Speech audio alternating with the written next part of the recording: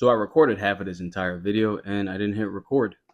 So I'm a little stressed. But anyways, my name is Casper Parfums. Welcome to How to Make Perfumes Volume 1.4 again. This is going to be going over basic blending and how we write formulas out of 100% and parts per thousand. Let's dig deep, guys.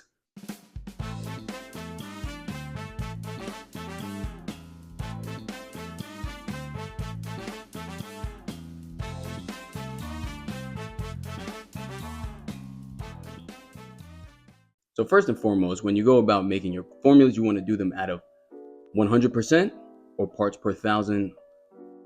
The acronym PPT, which sounds like an Indian girl's name. Getting canceled. So, the reason why you write things out of 100% is for a few reasons. One is because it'll help you with scalability. So when you want to make larger formulas, all the numbers pretty much stay the same. If you want to make 10 grams, 100 grams, 1,000 grams, it's all the same shit. So you kind of just weigh it out, mirroring what it is in the formula. Very, very simple stuff. It's not confusing. And it also can help you tell if you're using too much of something and what could be causing flattening effects, muddying effects. It just helps you read a formula and all its constituents in a much simpler fashion. Now, whatever is out of 100% is literally the same thing out of parts per thousand. As I said, the numbers you're just moving the decimal. So when you use moving the decimal, sorry, it's for you, not me. So parts per thousand, it alleviates use of decimals, even though decimals could still obviously appear because you can use things in that low of concentration versus things that use a lot of concentration of. So by example, if something in a 100% formula had 30% or 30 parts out of 100, and then there's something that was 0.2%, would now translate to a parts per thousand formula as 300 and just the number 2. So you alleviate the decimal, but you still kind of in the back of your head know, oh, there's still 0.2% because we just shifted the decimal. So you shift it back and forth, whatever you want to do. So at the beginning, for now, we're going to do out of 100 because it's just smaller, and over time you'll begin to understand. It'll just make it easier for you, honestly, in the long run. Before we get into blending, I just want to touch very briefly on a perfumer who is now passed away, RIP to the GOAT. His name was John Carl. He had a method. He was one of the creators of the Roar Bertrand School of Perfumery, which is now Givaudan, and he kind of came up with a way for you to find accords by using materials with similar evaporation curves, so not crazy contrasting materials. Like, so you wouldn't use this method to mix vetiver and lemon. You wouldn't do it because they're just too far different in terms of their evaporation curve and how they perform and things like that. But you would use similar things. So in his example, he gave oak moss and ambergris, and an ambergris base, and he wanted to center the accord more so around oak moss than the ambergris base. So his ratio was out of 10, and it was either using a 5:5, which is the same as 1:1, or 6:4, 7:3, 8:2, and 9:1. And it's just kind of about finding either a harmony or a way to, again, add a nuance to something, things like that. Now, I don't do this. I feel like you can use a shit ton of waste, even though you can learn from every trial, but I feel like it's not all that necessary. But we're going to be kind of using that today to just come up with very basic blending, because smelling on a strip is boring as shit, and I don't want to keep you bored. I want to keep you entertained and intrigued. Let's go. So we're going to be using today, bergamot and lime. Now, the reason why I'm choosing these two is because bergamot and lime do have very discernible odors amongst each other. They do share similarities, but they are different enough to the point to where when you blend them, you could be like, oh shit, there's too much lime or there's too much bergamot. Now, if you've done your homework and you smelled your things on strips, you should have realized that lime does have more of an impact than bergamot. Bergamot, very mild, and formulas require tons of bergamot to really get a citrusy bergamot type note, whereas lime, as I said, has more impact. So we're going to try and find a harmony and a little balance between the two. Now, knowing what we know from a strip, would we put bergamot and lime in equal parts? No, because if you put them in equal parts, considering just how they perform on a strip, you know that you're probably going to smell more lime than you will bergamot.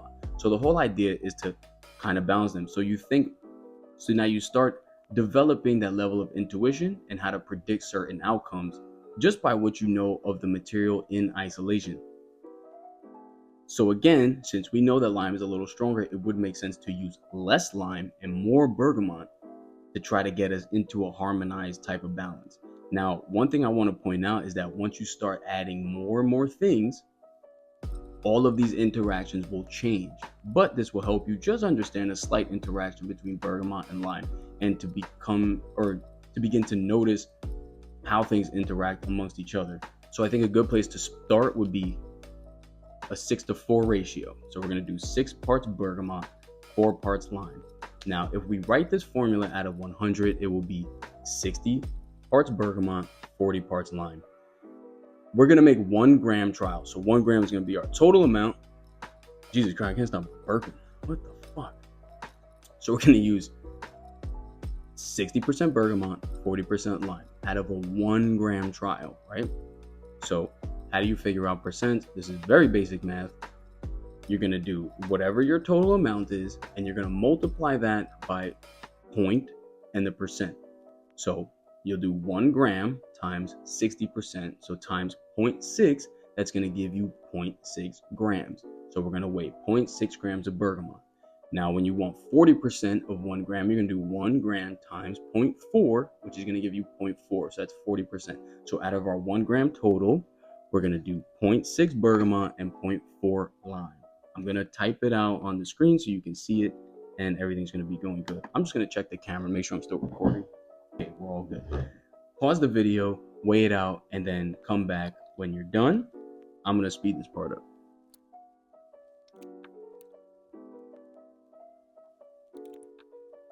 You're going to give it a little swirly swirl. There's not a lot of material going on, so you don't really have to sit there and let it macerate and all that shit. And also just remember that since everything is diluted to 10%, there is only 0.1 grams of material in here, and it's 0.9 grams ethanol. Just remember that because everything is diluted. In time, you'll just begin to start doing things neat because you'll have better predictions and intuition and all that good stuff. So let's swing that strip in there and see what we got.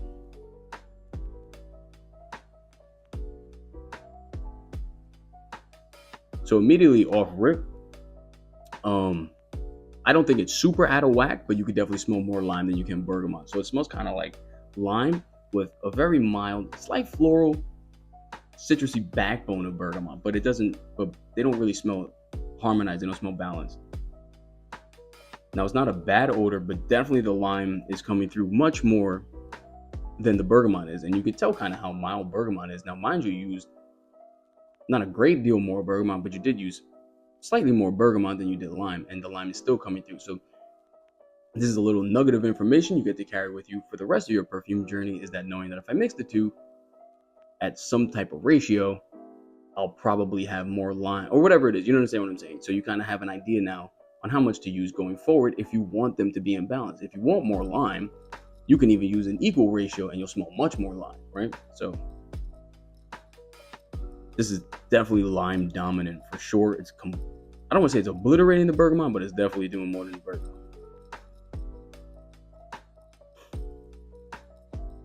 But it does smell nice though, because lime smells good. So let's put that to the side and let's jump straight into 703. Now let's just say, by example, or theoretically, let's just say it was closer to harmonized than it actually is, right? Because I can clearly smell much more lime than I can bergamot. And that's why it was kind of good to pick these contrasting odors, because it's easier to discern if it's out of whack or not. But now let's just say if they were closer, but still a little out of whack, this is where you could start fine-tuning things, right? So instead of doing 6-to-4, you could have tried like 65-to-35 or something like that, right? Whatever. Fine-tuning. But I don't think you need to get crazy on fine-tuning up until, like, that's kind of like the technical aspect. You kind of want to get the accord first and kind of see what its potential is. And then you could begin to fine-tune. You don't have to fine-tune immediately. It's not, you're going to make trials on trials on trials on trials, so long as they aren't failures, so long as you learn something from them. So you can learn something from this. So welcome to your first failed trial. So what we're going to do is we're going to jump and we're going to do a 7-to-3 ratio of bergamot to lime. So we're going to do 70% bergamot and 30% lime, and we'll see what that gets us. Now, Same math applies. You have 1 gram times 0.7 now because we're doing 70%. So it's going to give you 0.7, and then 1 gram times 0.3 is going to give you 0.3. So we're going to do 0.7 grams of bergamot and 0.3 grams of lime. Bang this bad boy out. Now, obviously, you can see why dropper bottles are fucking clutch. You could do this real quick as opposed to using pipettes and all that stuff. But again, evaporation, never a good thing, guys. Don't evaporate. Let's check this out. So now we have, give it a little swirly swirl, slight agitation. I gotta pee so bad right now. I gotta bang this out because I gotta go. All right, let's see what we got. You can mark these too. You probably should mark the scent strip so you know what you got. Interesting enough, the lime is still kind of dominant, but it definitely smells much more. Okay, so yeah, so the bergamot is definitely coming through way more than it was previously in the 6-4 version. You can still smell the lime, but in my opinion, I think that harshness of the lime has been kind of rounded out a little bit. It's been smoothed down a little bit due to that bergamot, because bergamot is really mild, and I don't want to say transparent, but there is that soft florality to it. It's not pungent, it's not rigid. Like lime is a little more rigid, and the bergamot is absolutely kind of helping it smooth the edges a bit. It smells more balanced than before. I think it could still use a little bit more bergamot than lime, because how can I explain this? So it smells like the bergamot is clearly present, but that lime is poking through a little bit. Like it wants to be like, nah, fuck you, dude. You're a bitch, bergamot. That's kind of what lime is doing right now. And we wanna harmonize that a little bit. But it's actually a very clean citrusy odor. It's actually kind of refreshing. I do like this. It's nice.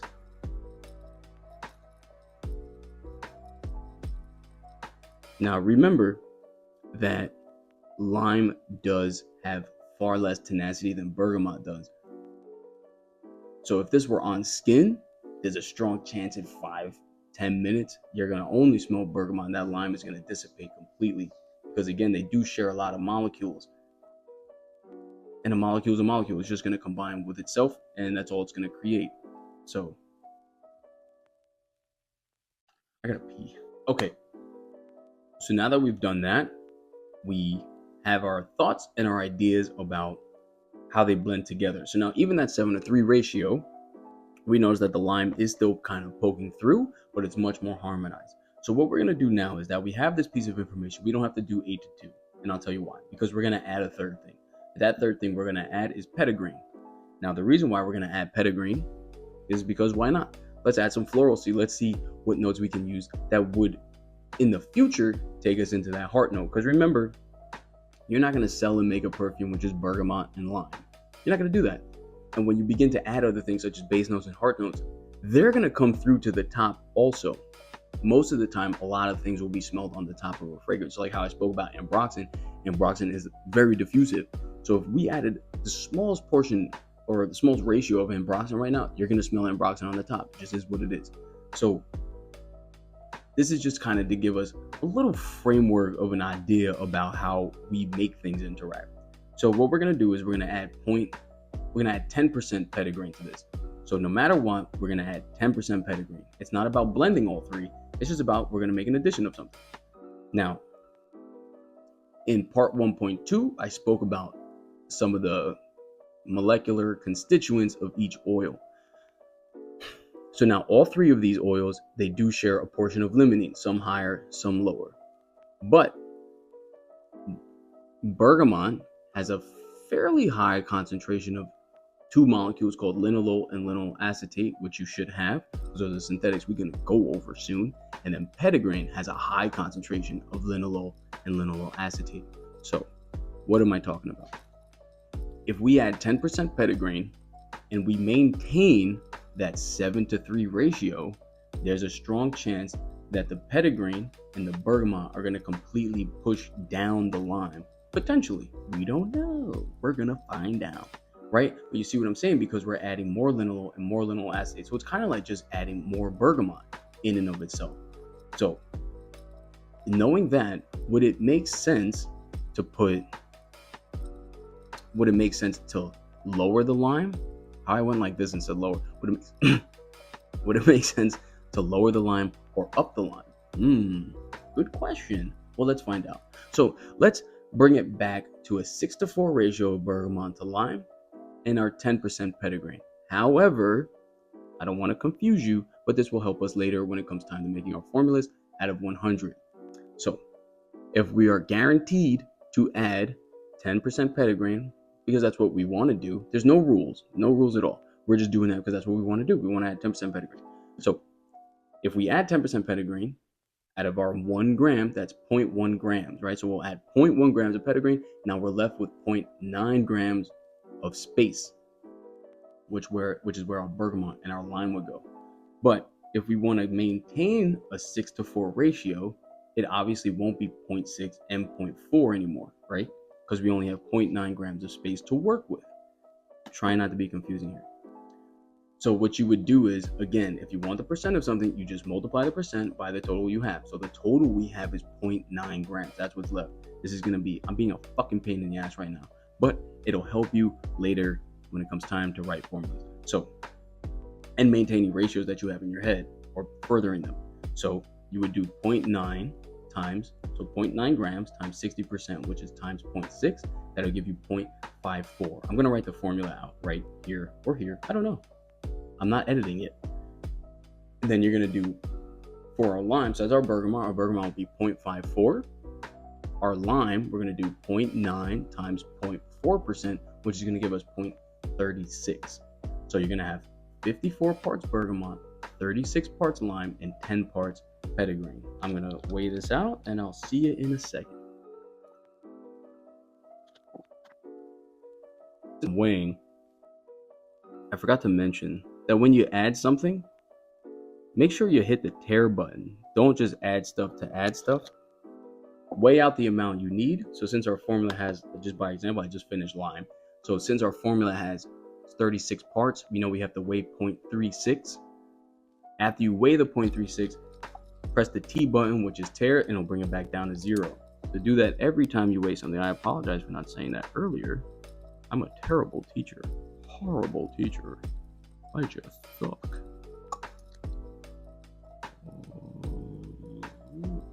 Okay, there you go. Okay. Now, also, I want to chat to you a little bit before I smell this. One thing to keep in mind is that when you begin to add 4 or 5 things, because I'm going to encourage you to do your own blends and to just make a shit ton of trials with these 5 things. You can have a lot of fun and you can make totally different smelling things with just these 5 things. Even though they share tons of molecules, just in proportions the way you do things, you can add tons of nuance. You could do, think about the infinite amount of ratios you can make. But what I want to point out is that once you get kind of the 4 things, I would suggest making 2-gram trials just so the molecules have more breathing room. There's a little bit more, and it's just pretty much about giving them more space to breathe and to formulate. So you don't want to stick a ton of shit into such a small quantity. It's going to be hard to, it just kind of probably will muddy up. And when you want to make 2 grams, whatever your formula is out of 100, just multiply it by 2. Very simple. So if you follow the formula we just made and you want to make 2 grams of that, because we just did 1 gram, right? So bergamot is 0.54 for 1 gram. If you wanted to make 2 grams, it would become 1.08. Lime, you're going to take it from 0.36 to 0.72. You just doubled it. Petitgrain was 0.1 gram. You're going to put 0.2 grams. Very simple. Give it a blowski. Oh, this is actually nice. So, just from doing this alone, I can immediately tell you that lime is too low. The petitgrain is coming in hot because it coupled with that bergamot, which we even predicted, and we still had a fucking L. No, we're not taking an L, but that lime is in the cut. It's laying in the background. I don't know why I keep putting it down. So it's interesting because you could kind of smell the petitgrain. Petitgrain actually smells dominant, but it's because there's bulk of this formula, this little formula, this bergamot, but it's coupling with that petitgrain. So it's kind of making the petitgrain seem like it's much more powerful, but you can pick up that refreshing margarita type vibe from the lime, really in the cut, but you can clearly smell it. It actually smells really nice. This is pretty refreshing, but I will say this, I think the petitgrain is very dominant over everything, again, because it coupled with that bergamot. So we can now play around with the formula even more. I'm not going to because this video is long as shit, but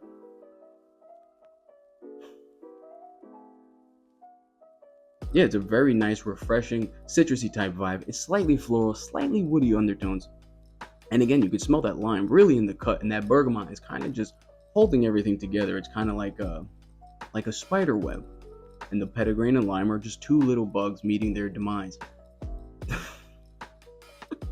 What the fuck am I talking about? Yeah, so this kind of smells like an accord more so between petitgrain and lime. This is really nice though. It's definitely citrusy. It's very nice. But now, having this outcome, I would prefer to put a little bit more lime.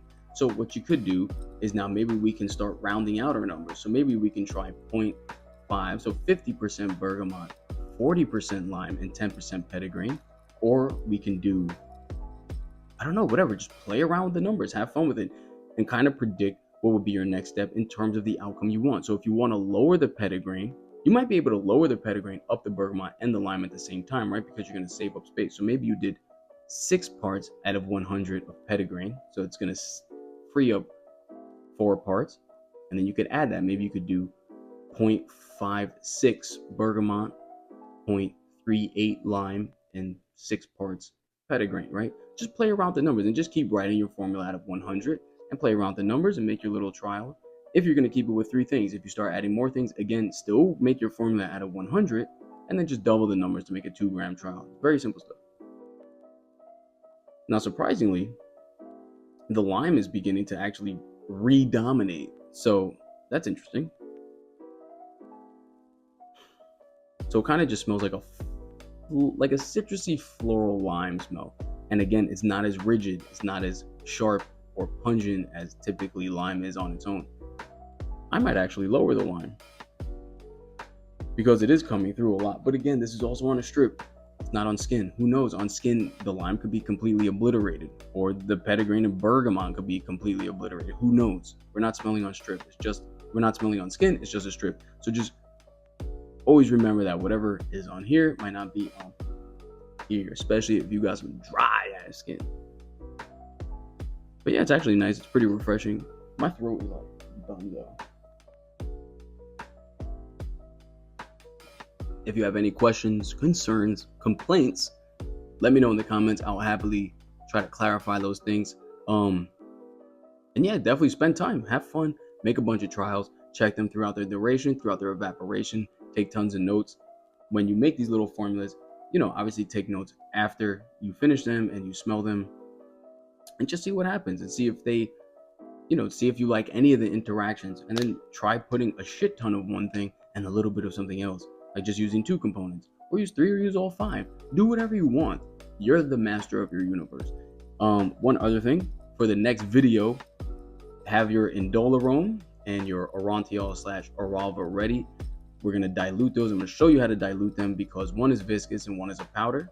And this will help you in the future in terms of other powders and other viscous shit. See you there, guys. I hope you enjoyed the video. Adios, amigos. Let's continue this journey. Let's become phenomenal perfumers.